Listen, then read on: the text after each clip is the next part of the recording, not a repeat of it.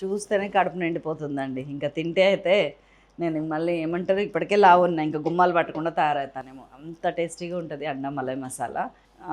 నిజానికి 5 స్టెప్స్, కానీ మీకు సింపుల్గా అర్థమయ్యేటట్టు చెప్తాను. ముందు ఒక 6 గుడ్లు, బాయిల్ అయిన గుడ్లు గంటలు పెట్టుకొని ఫ్రై చేసి పక్కకు పెట్టేశానండి. ఇప్పుడు కడాయిలో ఏం చేశాను, బాగానే 3-4 టేబుల్ స్పూన్స్ ఆయిల్ వేసుకొని రా మసాలాస్ అన్నీ 1 బై 1 వేసేసుకుంటూ వచ్చాను. ఆ తర్వాత దీంట్లోకి ఉల్లిపాయ పేస్ట్ వేసి ఫ్రై చేసుకుంటున్నాను. ఈలోపు మనము మసాలాస్ రెడీ చేసుకుందాం రండి. ఒక కర్డ్లో ఏంటంటే జీలకర్ర పొడి, ధనియాల పొడి, గరం మసాలా, పసుపు, ఉప్పు, కారము, అల్లం వెల్లుల్లి పేస్ట్ వేసి బాగా మిక్స్ చేసి పక్కకు పెట్టుకుందాం. ఇంకొక పేస్ట్ ఏంటంటే జీడిపప్పు, పచ్చి కొబ్బరి, గసగసాలు, బాస్మతి రైస్ వేసి ఇంకొక పేస్ట్ అనమాట. ఇప్పుడు మన ఆనియన్ ఫ్రై అయిపోయిందా, దాంట్లో ఫస్ట్ కర్డ్ మిక్స్చర్ వేసేసాను, మసాలాలు, కారం అన్నీ.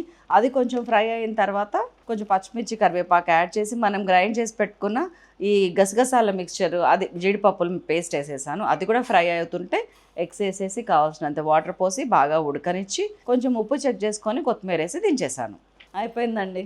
సో అన్ని స్టెప్ బై స్టెప్ చేయబట్టి ఈ కర్రీకి ఇంత టేస్ట్ అనమాట. ఫుల్ వీడియో కావాలి, కొంచెం కన్ఫ్యూజన్ ఉందంటే శైలాస్ కిచెన్లో స్ట్రీమ్ అవుతుంది, ఒక్కసారి చూడండి. డిస్క్రిప్షన్లో మీకు అన్ని ఇంగ్రీడియంట్స్ అన్ని లిస్ట్ ఇచ్చాను, చూడండి. Thank you.